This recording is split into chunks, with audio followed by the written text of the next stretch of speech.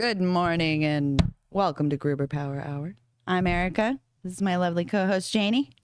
Hello. Thank you for joining us today. We appreciate your time. We were like, we're going to do a news entry. That didn't work out. It was fun. That's right. So today what we're talking about is blackouts. I have been obsessed since I started thinking about this, and since realistically, the light rail developed in Arizona, and I live very close to it. And so this particular topic really resonates with me. What I have noticed is more so over the last, let's just say, 4 years since COVID, it's been more relevant to me to pay attention. There's been more blackouts, and they're lasting longer. There's also been a lot of power shortages. Have you kind of experienced anything like that in your residential home area?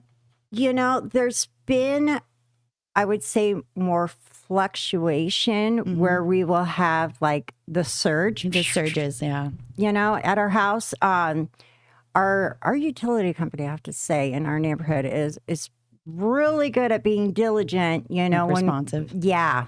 So actually, surprisingly, there haven't been as many interruptions as I anticipated when I moved into the place we're living at. Because we've been there for 6 years now. Do you kind of live out of the city? No, in the city. Okay. So that's why I anticipated it's in the city. It's a nice house, but it's an older home and it's a mature neighborhood. Right. So I anticipated, you know, they would have, you know, older lines, you know, coming into the house. So I figured we would have a lot of outages. In fact, I go so far as, you know, putting flashlights around the house. And in case anything ever happens, we're going to be prepared. Ready for that blackout. Yeah. Well, I am not as fortunate, I guess, because I live in a condominium complex. Okay. And this was built in like the late 60s, early 70s. That's similar to my place. Yeah. And the electrical in this complex is aluminum. Oh, wow. It's not even copper. So it's so outdated. Right. And the standard 240 split to the 120, we're barely getting 110. So the breakers are always flipping and popping. We're constantly having to replace them. You've got like this burning smell that everyone tells you to look out for when you got like hot wires. And so we freaked out. So we heard like this humming in a wall. So we called electrical or an electrician. And my husband's uncle is an electrician too. And he came and he's like, oh my gosh, you know, like this whole house has to be pretty much rewired.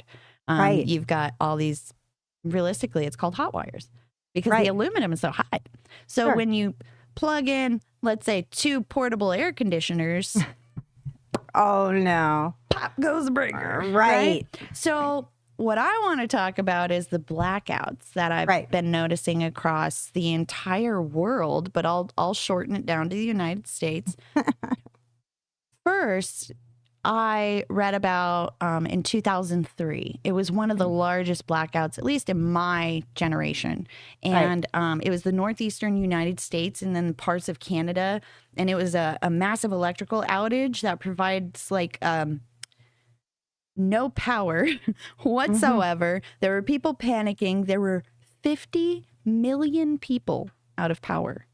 I remember hearing about it, you know, and it's terrible to say. Yeah. But when you're living somewhere else, you see these things happen on the news. Oh, well, that's happening somewhere else. Right. That's not going to happen to me. You know, that's somewhere else. So you just kind of go on by it and continue on with your day and like you're unaffected. But it's like the small sad towns. to see, you know, but it's reality. You know, when we're so overcome with, you know, information overload nowadays with everything in the world taking place, and we almost become numb to these major events that you're talking about. Of course.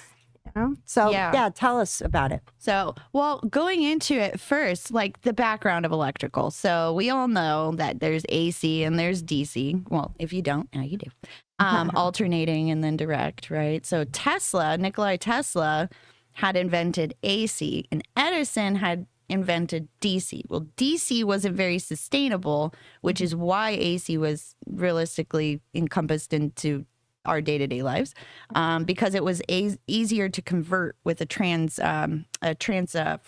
sorry, I almost said transmission. Yeah, there, gets it going. So a transformer. But what Edison had done was try to create like this controversy of Nikola Tesla and how his is worse and this is better and his is dangerous, and he just spread all this misinformation. But then the people kind of caught on and realized, oh, okay, well, AC is kind of easier to convert than that DC. Right. So AC became the primary of that. And civil engineers, throughout history have always said it, every 10 to 15 years, the grid, the electrical grid itself should be upgraded.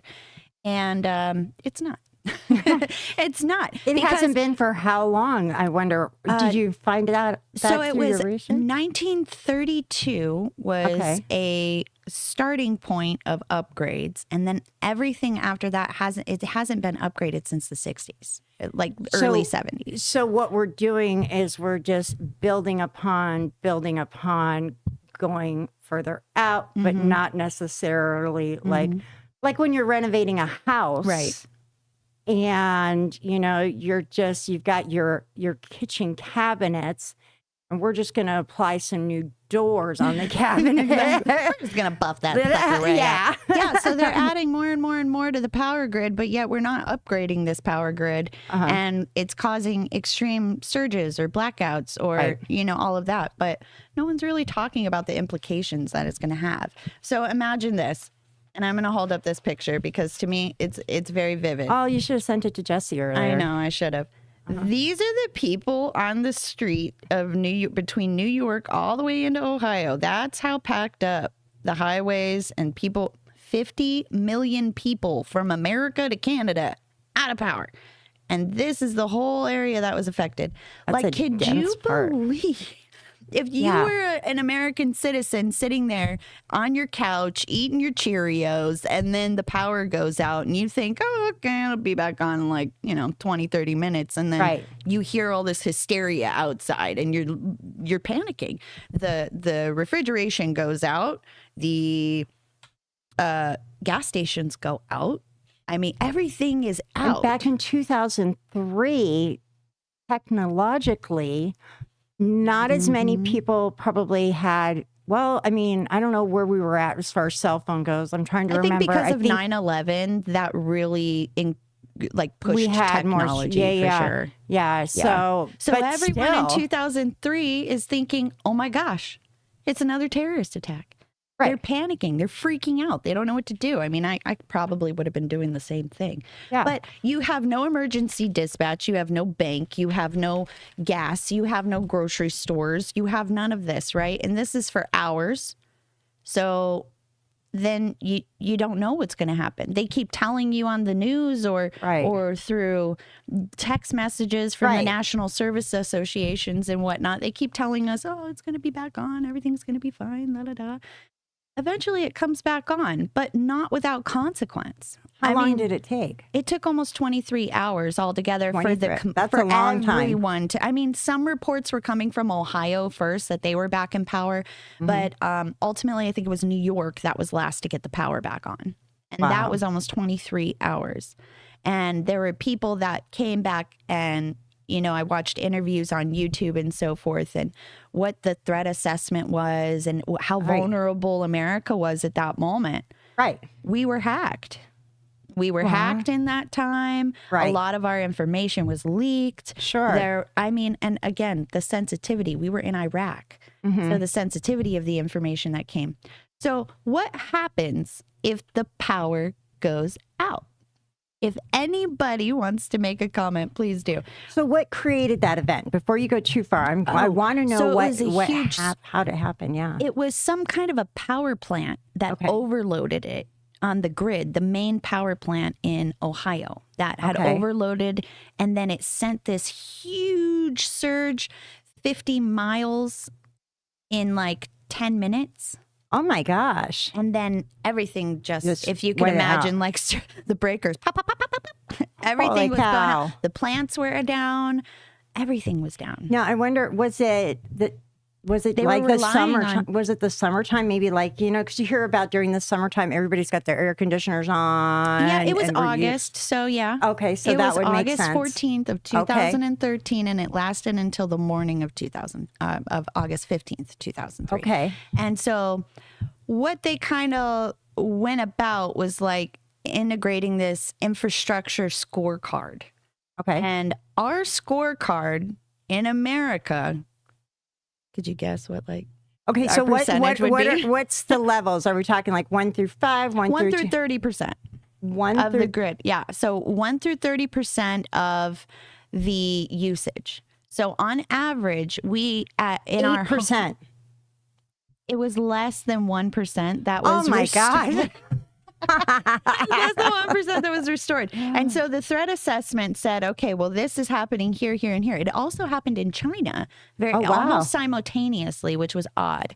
Right. So going into a conspiracy, I won't go there. Okay. So the Secretary of Energy had put out this statement in 2021 about our scorecard from 1 to 30%. We are less than 8%. Like you said, we're on average of a 1% of sustainability, because of the amount of people and basically bandwidth we don't have. Right. We don't have it. So when you're at your town halls and when you're at all of your state officials, you need to, and even your employer, ask what are we doing and are we prepared? Here at Gruber Power, I know we're prepared. We've got batteries, we got the backup power, we got all of that. But at home, we got the technicians. we got the technicians. We engineers. have the resources, and we know what sustainability is needed. I live in here we go.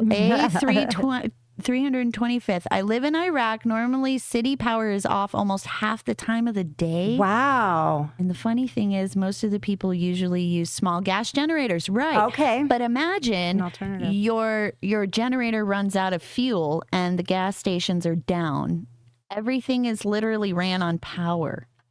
What would what do you guys? I mean, I'd love to hear what you guys would do potentially in Iraq. Like, well, I mean, you guys are fuel city. You probably have more fuel than we do. You have to convert it. Yeah, you'd have to convert it. So you want to go to the next ones up there real quick? Which costs the country? Oh, I can't see around. Hey, Anish. Hoffel. Oh, and then there's one coming up at the bottom. Instagram A325th.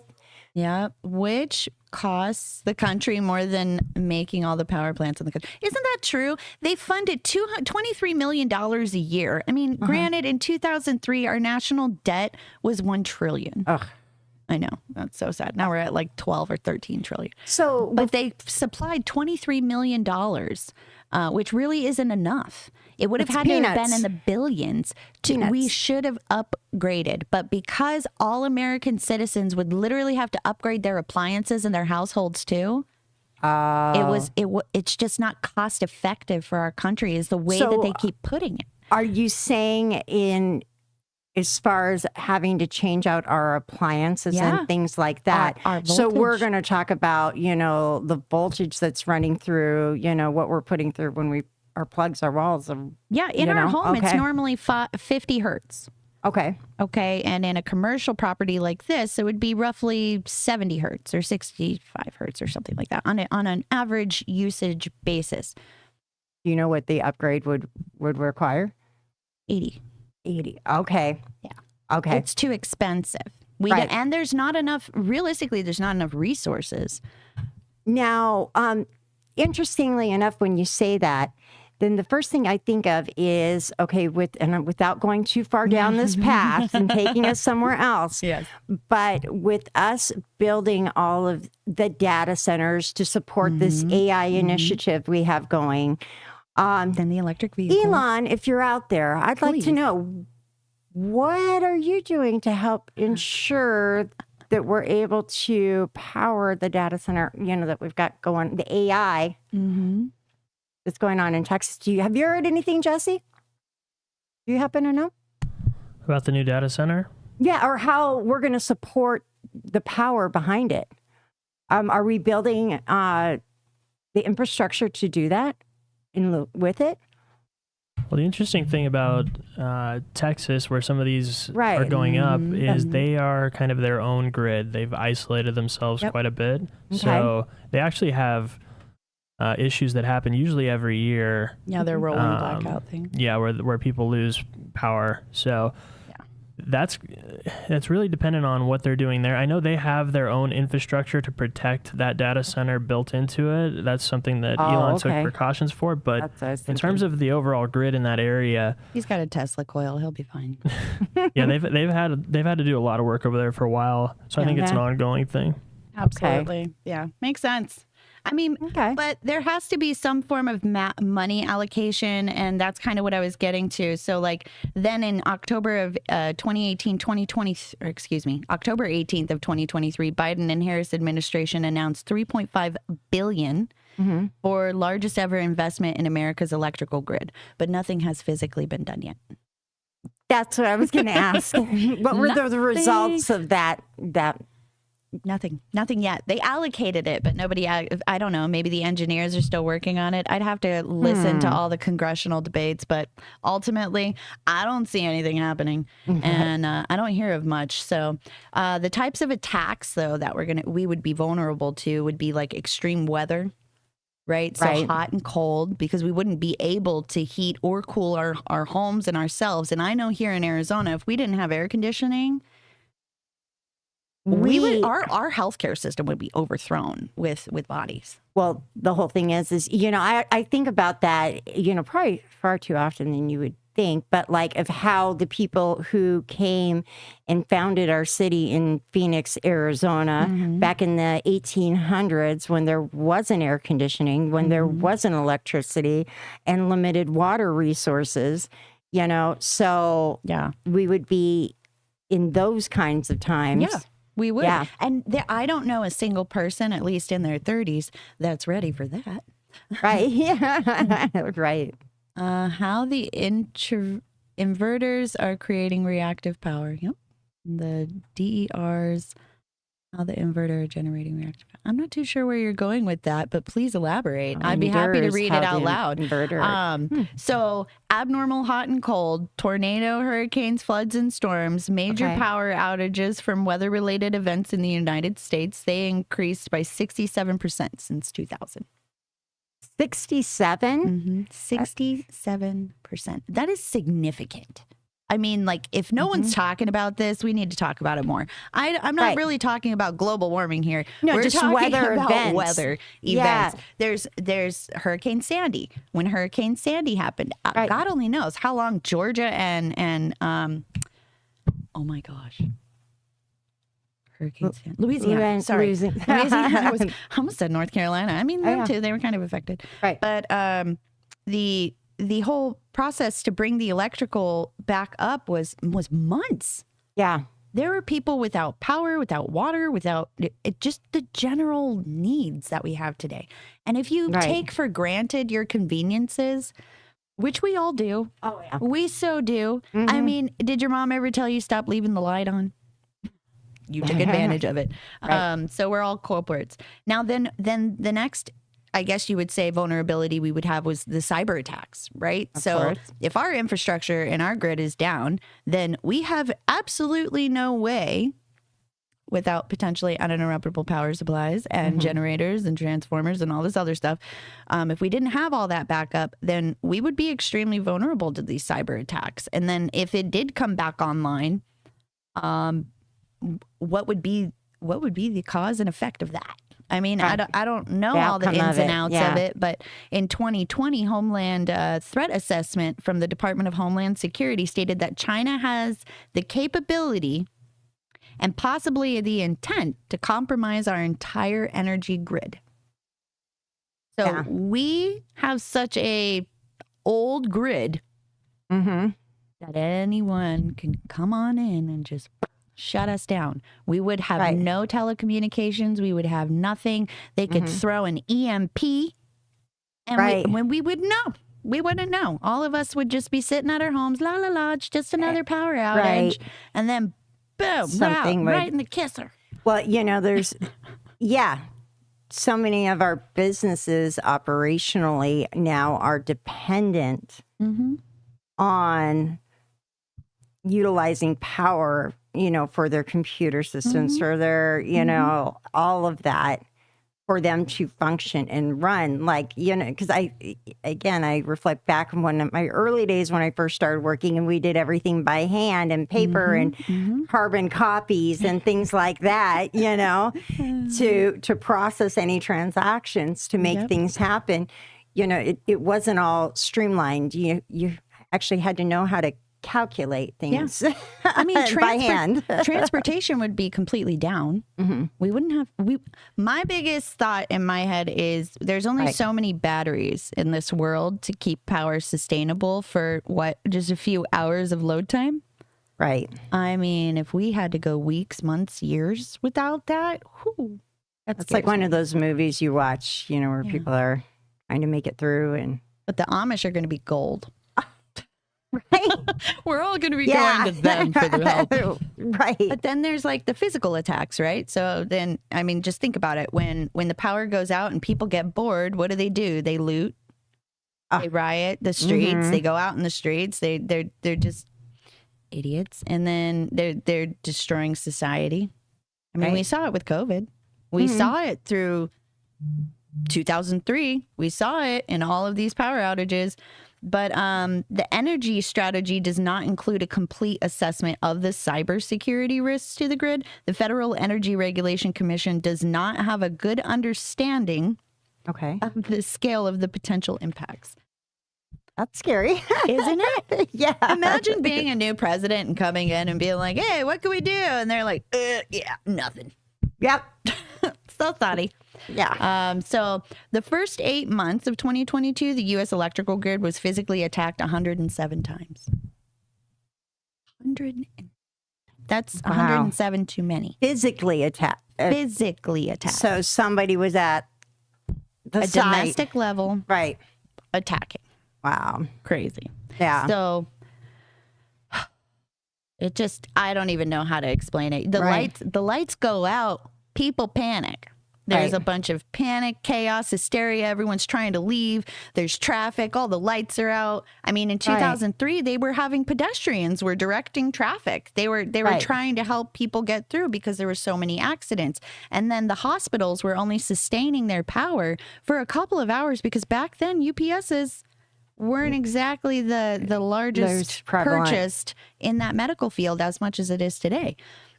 We care more about grandma on life support now.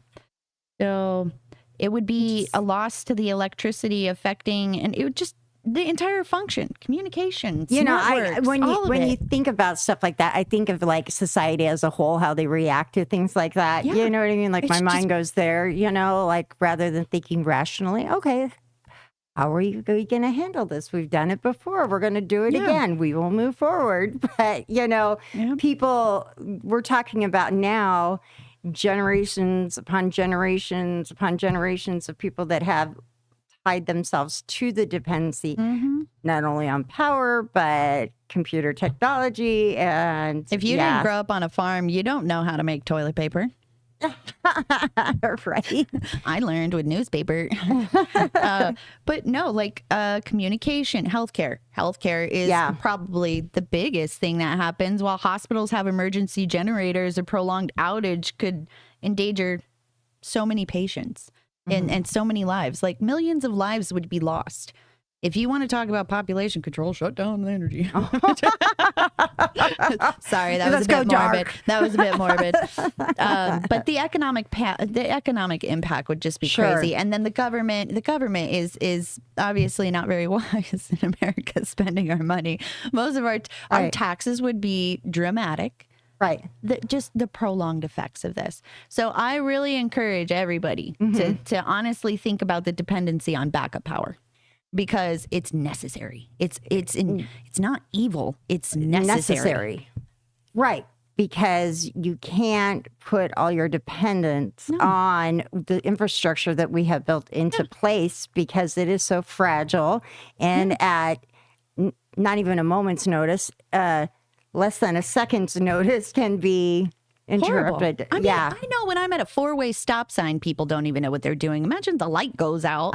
Everybody's like, oh, it's my turn. It's my turn. Right. And they don't know the person to the right rule. Yeah, they don't know that one. I mean, my son, off topic a little bit, but my son, he's 16, was taking his driver's and when he had his permit and we were driving around, I was extremely nervous because of course. When he would come to the stop sign, it was a California roll. Oh, geez. Right. No. Mississippi, not Mrs. Okay, right. Mississippi. You got to count it out, people. And then whoever's on your right, if you didn't know that, that's the right of way. That's the right of way. Right. It's the right way, right away. So when I think about this, be overly prepared. Proper preparation prevents problems. Ooh, that's a mouthful. Proper preparation prevents problems. Right. So the next time you're thinking about preparations and the next time that you're coming to a conclusion that, perhaps you're having a bit of a surgery problem, you should contact Erica Guthrie at 602-863-2655, extension 401. No, so we're kind of going to wrap this up today, but ultimately think about it. Think about the things that you don't think about. Well, what I think of when we talk about this topic is solutions. Yeah. Talk about like what drives the point that like my I could say it my pain point is that resolve it. Resolution. There is take action and okay. Take action. That's ultimately there's too many people and fix in this it rather than just go along with it. Yeah, if your town has a town hall, initiative. Bring it up. If your city has a city hall, bring it up. These are the people in which we've put in power to take care of our power, and they're not. Or raise your children to actually know how to fix it and do it so that way they can come into place and upgrade our systems for us. You know what I loved about the Cub Scouts and Boy Scouts and Girl Scouts is they taught you those things. That's what I mean. They taught you how to sustain without power. That's exactly.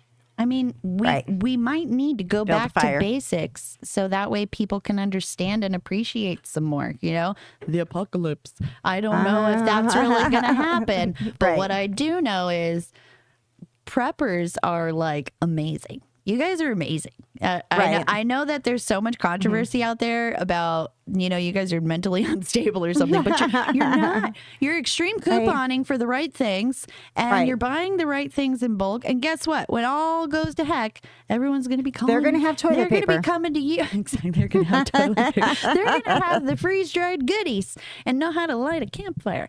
But I just think everyone needs to understand that energy sources, it's running out, and our grid is not sustainable, and there will be more blackouts, and it's only going to get more. And it's just like when you buy a new car and you see it, and now everyone you see on the road has that new car. So think about that when you vote this next election. How is it going to actually fix it?